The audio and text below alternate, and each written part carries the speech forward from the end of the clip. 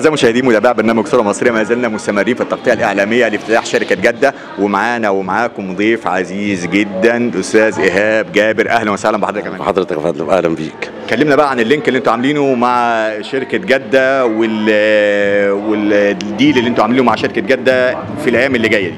الايام اللي جايه ان شاء الله احنا عملنا ديل كده مع شركه جده، الرحلات الخارجيه، حاجات حج ورحلات عمره، خدت بالك، فنادق على اعلى مستوى. عندنا فنادق 5 نجوم و4 نجوم و3 نجوم، معانا فنادق اقتصاديه برضو. برضو على قد ما بنقدر برضو بنحاول نريح العميل برضو بالنسبه للدفع.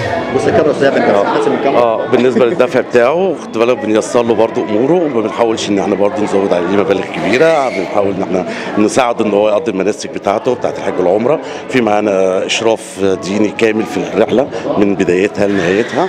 بنسهل له كل حاجه، بنيسر له كل حاجه، لحد من التسكين للاقامه للطيران لكل حاجه. يعني معاكم مرشدين دينيين في الرحلات الخارجيه او الرحلات الدينيه؟ طبعا طبعا معانا مرشدين دينيين، خدت بالك، بيطلعوا مع الرحله.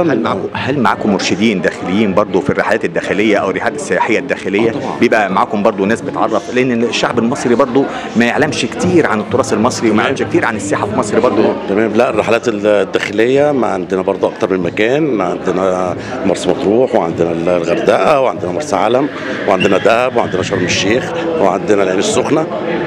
برضو فيها كل رحله بتطلع معاها المشرف الخاص بيها. اتوبيسات مكيفه موديلات السنه كمشرف ومرشد. طبعا. يعني اشراف وارشاد اللي هو اعضاء الاماكن السياحيه بدور الارشاد. المشرف بيقوم بدور الارشاد لما بيروح المزارات، مثلا زي مزار مثلا كليوباترا، زي مزار برضه هتروح عجيبه، برضه بنفهمه ونعرف التواريخ، نعرف كل حاجه، الانشاء بتاعها ازاي، انشاء امتى، بيبقى معاه كل سبل الراحه بنوفرها له، وبنعرفه كل كبيره وصغيره في المكان اللي هو فيه، اسم الشارع، المكان اللي هو فيه، البرج اللي هو نازل فيه، اذا كان برج او فندق.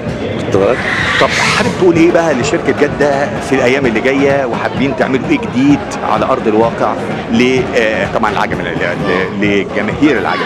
لاهالي العجم كلها. احنا بنقول شركه جده بفضل الله عز وجل من افضل الشركات اللي موجوده في السياحه الدينيه، خدت بالك. واننا بنقول النهارده الافتتاح بتاعنا ده بشرى لجميع اهالي العجم وغير العجمي من مناطقنا في اسكندريه او القاهره او اي محافظه. بنقدم لهم عروض ممتازه، وعروض مش هتلاقوها في اي مكان بره، مع تخفيضات في الاسعار، مع اقساط، خدت بالك. بنوصل برضه عمليه التقسيط، خدت بالك، للناس. وانا بهني اهل العجمي وبنهني انفسنا ان احنا فاتحين برضه في العجمي مع الناس المهمة. واحنا بنهنيك يا فندم، وبنقول للساده المشاهدين اتصلوا ستجدوا ما يسركم. اتصلوا بالشركه، الارقام موجوده عندكم على الشاشه، وشوفوا هتلاقوا مفاجآت وحاجات كويسه جدا جايه لكم. احنا بنشكرك يا استاذ ايهاب، وبنشكرك جزيلا، والف الف مبروك، ونتمنى لكم كل توفيق. ربنا يبارك لك يا رب. الف الف شكر، الف الف شكر. شكرا يا فندم.